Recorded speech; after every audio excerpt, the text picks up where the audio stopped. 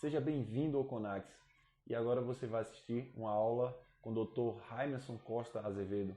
Ele que é doutor em reprodução animal pela Unesp, Botucatu, e é pesquisador da Embrapa Tabuleiros Costeiros.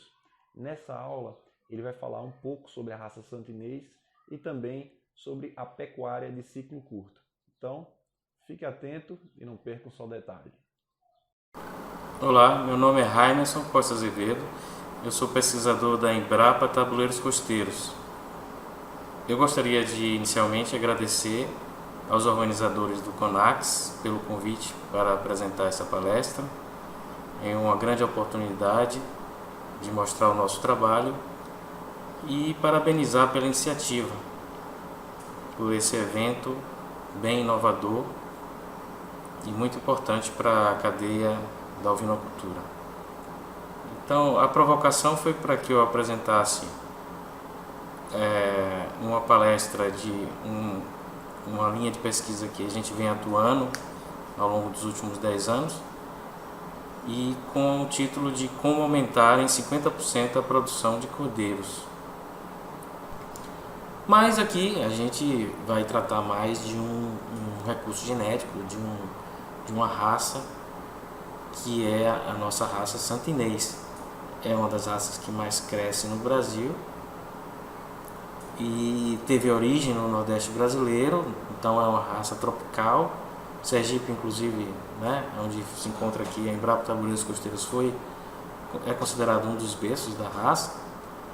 E ela é uma raça que surgiu a partir de algumas raças introduzidas, né, na colonização, que ao longo do tempo sofreram um processo de seleção natural e depois alguns produtores começaram a segregar alguns animais e assim chegou-se à formação da raça.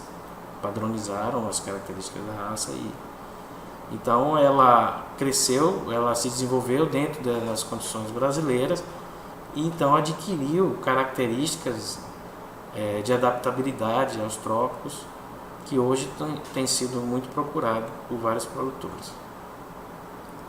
Então, como eu falei, a santinês ela tem essas características de adaptabilidade aos trópicos, aos vários ecossistemas brasileiros, especialmente aqueles tropicais, mas tem avançado também em regiões subtropicais ou até com certas características temperadas.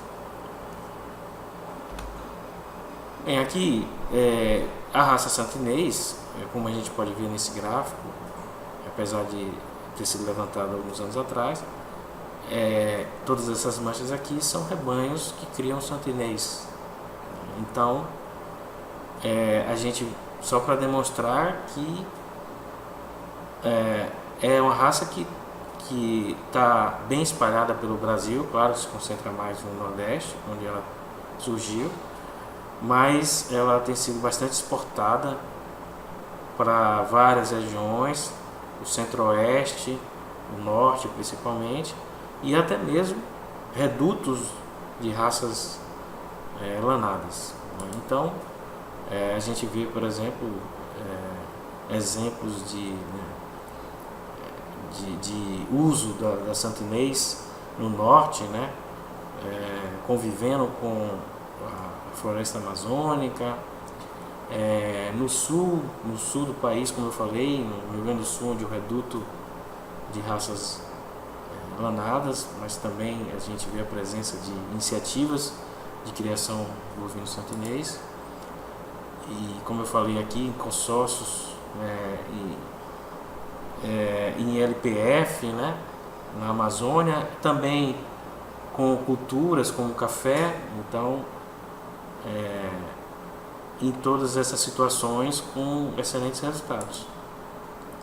E aqui na Embrapa Tabuleiros Costeiros, né, a unidade que fica aqui no estado de Sergipe, nós temos no município de Frei Paulo, que a gente conhece, vulgarmente conhecido como Queimadas, a Fazenda Queimadas, mas é o campo experimental Pedro Arle, a mais ou menos 100 km de Aracaju. Nós temos o nosso rebanho experimental que existe desde 1982, inclusive participando da formação inicial da raça e contribuindo muito para a exportação da raça santinês para várias instituições no Brasil inteiro, inclusive de outras unidades da Embrapa.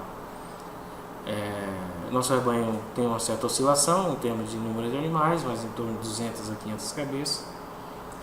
E lá, desde 2002, nós abrigamos também um núcleo de conservação de ovinos santinês. Bom, então a ovinocultura, como nós comentamos, né, ela carece de problemas em relação à produção e produtividade e por causa disso não tem atendido a demanda interna por produção de carne no Brasil. E uma das alternativas que a gente gostaria de apresentar é a pecuária de ciclo curto, né, que é muito preconizada para bovinos de corte, mas que a gente pode adaptar aos ovinos também. Então, a pecuária de ciclo curto, ela se alicerça em alguns pontos principais, né? Dentro da eficiência produtiva. Então, a eficiência produtiva do rebanho ou do animal, ela se baseia na precocidade do desenvolvimento desses animais. Então, o que faz com que esses animais tenham um ciclo de produção mais curto, e também na eficiência reprodutiva desses animais. Aliado a isso, dentro de um ambiente de sistemas de produção acelerados. Então, esses são os fundamentos da pecuária de ciclo curto, que a gente vai detalhar um pouquinho mais. Logicamente, que eu não vou me aprofundar a todos esses tópicos, mas dentro da precocidade de desenvolvimento, todos nós sabemos que é importante identificar nos rebanhos aqueles indivíduos que são mais tardios, mais precoces ou mais tardios. Muitos deles, a maioria das vezes nessa situação, eles encontraram a mesma realidade, só que cada um tem um desempenho individual diferente. Então, nós precisamos selecionar esses indivíduos que são mais precoces e que no mesmo tempo vão nos render mais carne e vão dar mais lucro à propriedade, garantindo a sustentabilidade dessa criação. E descartando esses animais que têm um desenvolvimento tardio, seja na fase de crescimento como na terminação, e que podem, pelo contrário, ou dar uma menor lucratividade ou até mesmo prejuízo. Então é muito importante selecionar indivíduos que têm essas características de precocidade no desenvolvimento. A questão dos sistemas acelerados, ela também está dentro do contexto da pecuária de ciclo curto, e o principal índice que deve ser trabalhado para acelerar o sistema de produção é o conhecido intervalo entre partos, o IAP. É muito trabalhado em bovinos de leite, mas do que se trata o intervalo entre parto? Como o nome diz, é o período que vai entre um parto e outro, né? No caso aqui da fêmea na ovelha. Fisicamente, né, digamos assim, o limite mínimo de uma ovelha de intervalo entre parto é em torno de 6 meses. Se a gente for considerar 5 meses de gestação e 1 mês aproximadamente, digamos que já é bem complexo, não é todo indivíduo que consegue isso, para ela recuperar de um parto e ainda ter capacidade de ser fértil e ter um embrião para começar uma nova gestação. Então, excepcionalmente, alguns indivíduos conseguem ter esse desempenho, até mesmo dentro de um rebanho, né? Ou com alguns manejos especializados. Mas na prática, os limites, né, que são praticados mínimos de intervalo entre partos giram em torno de 7 a 8 meses. Então, alguns anos atrás, nós fizemos alguns ensaios comparando, por exemplo, o intervalo entre parto tradicional, que a gente chama de tradicional, de 12 meses, ou seja, as ovelhas tinham um parto por ano, comparado com o intervalo entre partos, que é chamado acelerado, de 8 meses. Ou seja, onde uma ovelha poderia ter a oportunidade de ter 1,5 partos ao ano. Ou seja, em 2 anos, o IEP de 12 meses, o IEP de 12 meses, você teria 2 gestações, enquanto que no IEP acelerado, em 2 anos, você teria 3 partos, né? Não sei se ficou claro. Aqui, tendo como parâmetro 2 anos, no IEP de 12 meses você teria 2 partos, e o IEP de 8 meses você teria 3 partos, ou 1,5 partos por ano. Então, quais seriam as vantagens e as desvantagens em relação, comparando esses dois intervalos entre partos? Então, a produção e a produtividade do intervalo entre partos de 12 meses seria menor em relação ao de 8 meses. Isso aí é bem evidente. Por outro lado, a demanda por manejo do intervalo entre partos de 12 meses seria menor, enquanto que o intervalo entre partos de 8 meses demanda mais manejo do rebanho. A mão de obra também é menos demandada no intervalo de parto de 12 meses, enquanto que o intervalo de parto de 8 meses demanda mais mão de obra. O custo também, no intervalo entre parto de 12 meses, é reduzido, mais reduzido do que o intervalo entre parto de 8 meses, que tem um custo maior. E o intervalo de parto de 12 meses, você consegue ter maior adequação do seu sistema de produção, do seu manejo, às condições do ambiente, enquanto que o intervalo de parto de 8 meses, você tem mais dificuldade de adequar o seu manejo ao ambiente, às condições ambientais, às variações ambientais naturais anuais. Então, essa seria basicamente a comparação, por alto, desses dois sistemas, para a gente extrapolar para a nossa realidade. Então, vamos agora fazer um olhar em cima dessas duas realidades. Então, vamos imaginar aqui, nesse primeiro slide, um intervalo entre parto de 12 meses. Então, como eu falei, o intervalo de parto vai de um parto a outro parto, e 12 meses a gente está considerando aqui. Então, vamos ver o que dá, quais os eventos que acontecem nesses 12 meses. Então, vamos, antes do parto, então, digamos, aqui é o primeiro parto, o segundo parto. Retroativamente, nós temos os 5 meses de gestação, que é biológicos, não tem muito como mudar. E antes, para haver essa gestação, teve que haver a reprodução. Então, você teve aqui um período, vamos considerar que você teve um período de reprodução, de estação de monta, em torno de 1,5 meses. Então, e considerando que logo após o parto, a fêmea necessita se recuperar daquela gestação, ela está nos primeiros momentos da lactação, então tem um desgaste físico muito grande. O útero dela está precisando se recuperar, inflamado. Então, há necessidade de fazer o descanso pós-parto, dentro do período conhecido como puerpério, e que pode ser um pouco menor, um pouco maior, mas aqui a gente colocou em torno de 1 mês e meio também. Então, diante de uma realidade como essa, considerando esses eventos produtivos e fisiológicos dentro do período de 12 meses, nós verificamos que há uma sobra aqui de 4 meses em que essa fêmea estaria fora de serviço, como é muito usado em bovino de leite. Então, 4 meses desses 12 meses, a ovelha estaria sem serviço.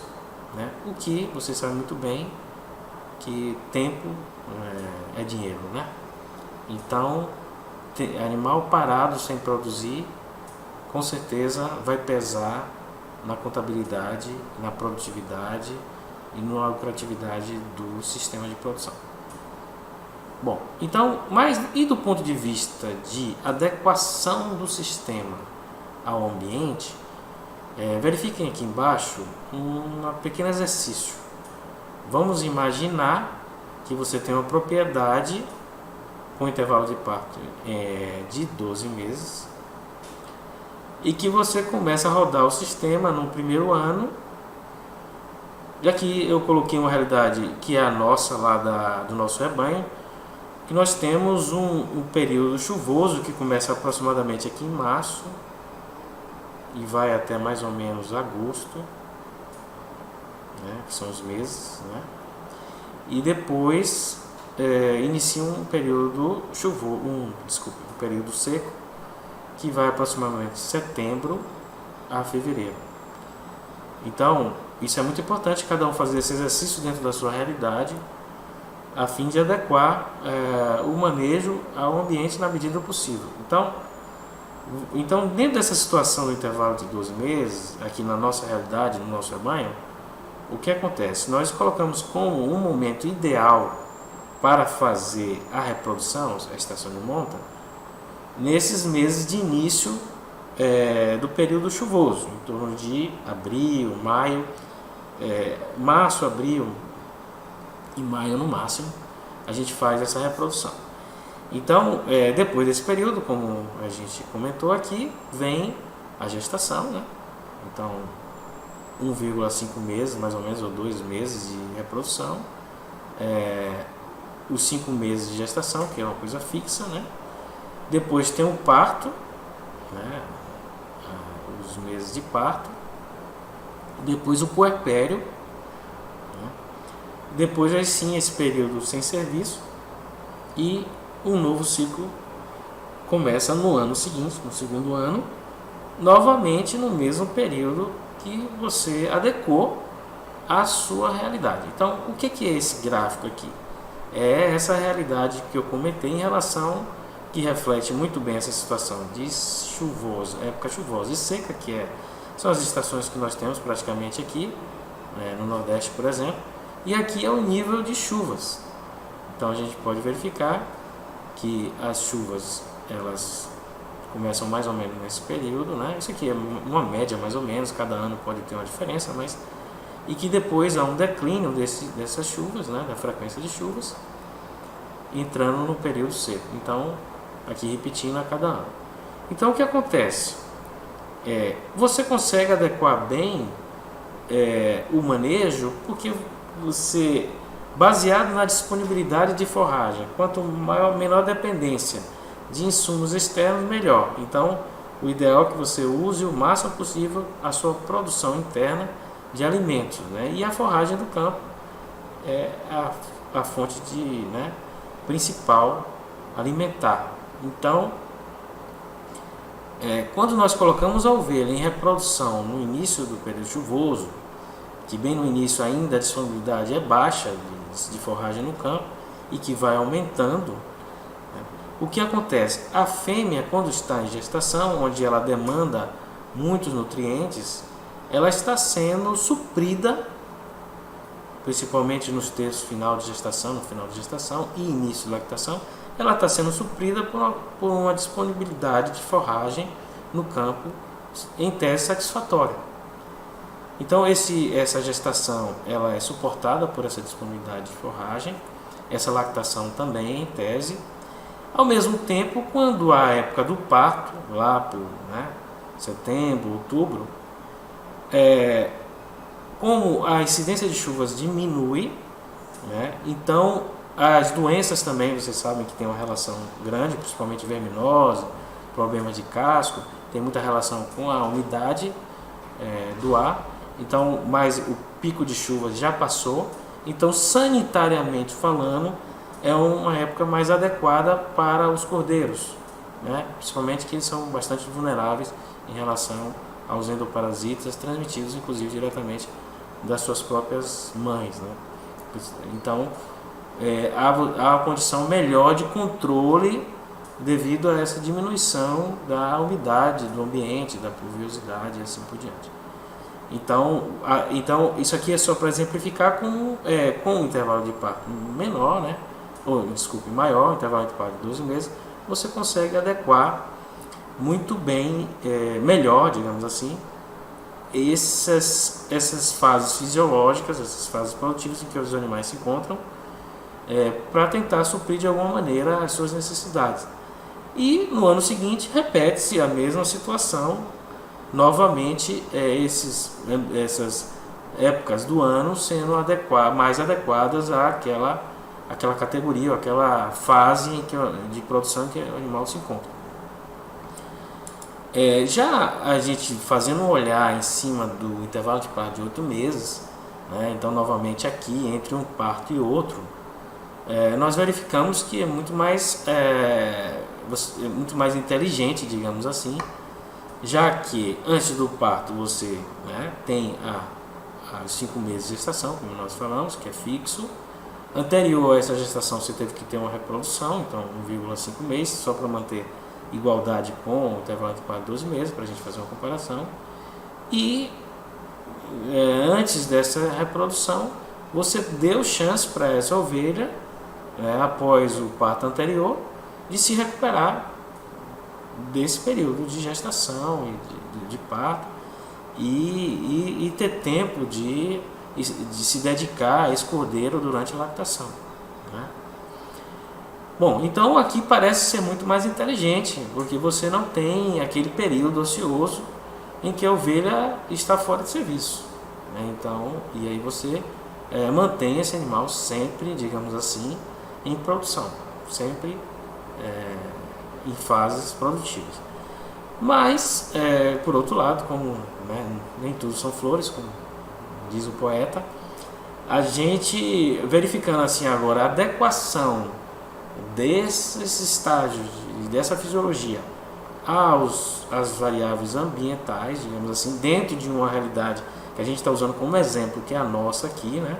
Aquela mesma situação nos anos, né? Aqui a pluviosidade, só para caracterizar mais ou menos a época de chuvas e a época de seca. E a época de chuva a gente correlacionando com a maior disponibilidade de forragem de melhor qualidade, quantidade e qualidade, a gente verifica que a situação é que num primeiro ano, digamos assim, de instalação, ou a cada 3 anos, você consegue encaixar esses momentos de produção em momentos adequados do ponto de vista da sua realidade em que você se encontra, a sua realidade ambiental, né? Aqui é a estação de reprodução, né, onde a demanda por nutrientes é um pouco menor, então você tem os animais se reproduzindo, depois você tem a gestação em época de boa disponibilidade de forragem, e o parto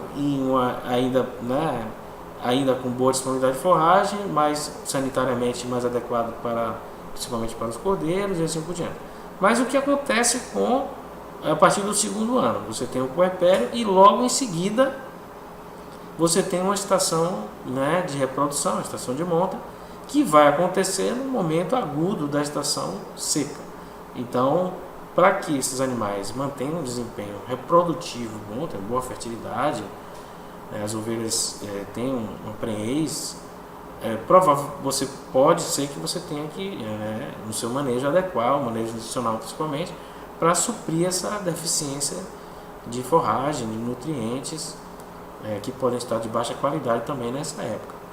E aí na sequência, você vai ter uma gestação, que também é um momento que demanda um cuidado especial das fêmeas, o crescimento do cordeiro no útero, né, principalmente no final da gestação, a própria lactação, né? Bom, mas aqui no caso, no 2º ano, pegariam pelo menos a lactação, ou o final da gestação pegaria alguma disponibilidade de forragem, então menos ruim, né?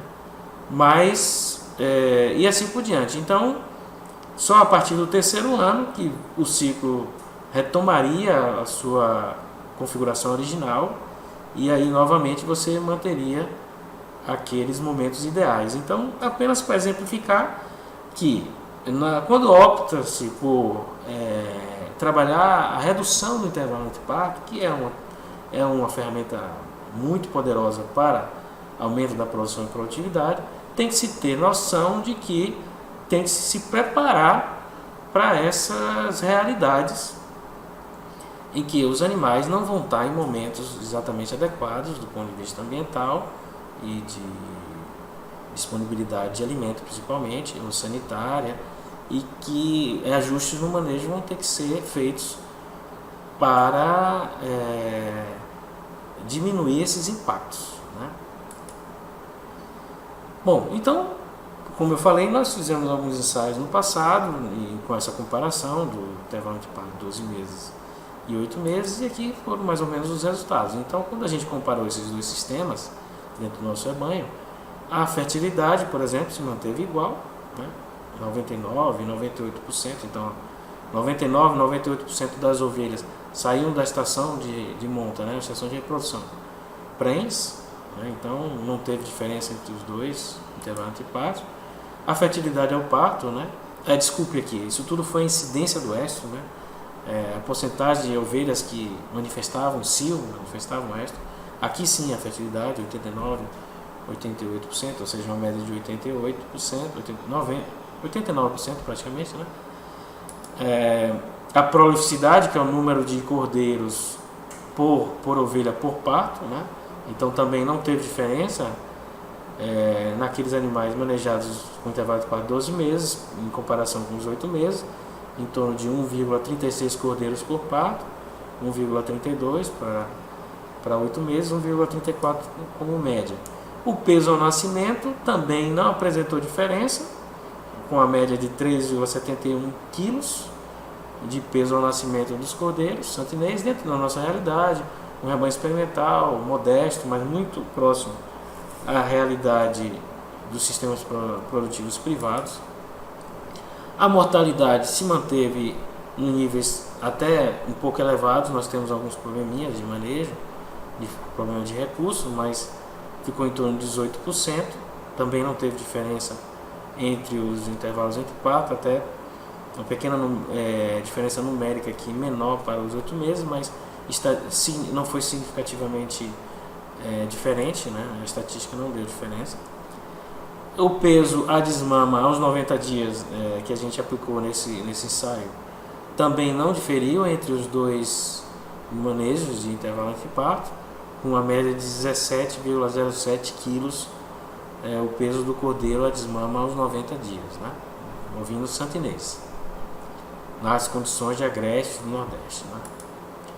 Então, assim, fazendo um exercício comparativo rápido, né, para finalizar esse ensaio, então, se a gente for considerar 100 ovelhas no intervalo entre parto de 12 meses, e a gente então multiplicar um parto por ano, nós temos 100 cordeiros desmamados por ano. Então, esses 100 cordeiros multiplicados pelaquela média, né, a gente pegando a média dos dois sistemas, já que não houve diferença, onde os cordeiros foram desmamados com 17,07 quilos. Então, nós teríamos por ano, nesse sistema de intervalo de 12 meses, aproximadamente 1.707 quilos de cordeiros produzidos por ano, né? Então, quando nós comparamos com o intervalo entre parto de 8 meses, usando os mesmos parâmetros, né, 100 ovelhas, nesse caso nós teríamos 1,5 partos por ano. Então, em um ano, em vez de 100, nós teríamos 150 cordeiros desmamados. Considerando, logicamente, desconsiderando aqui a mortalidade, né? Então, esses 150 cordeiros multiplicados pelo média de quilos do cordeiro, né, a desmama, média do peso do cordeiro a desmama, 17,07 quilos, que é o mesmo que eu usei aqui. Nós teríamos, em vez de 1.707, 2.560,50 quilos de cordeiro ao ano. Então, é uma matemática bem direta, claro que tem que se considerar várias coisas, mas só para a gente ter uma noção de que existe uma vantagem realmente para a redução do intervalo entre partos.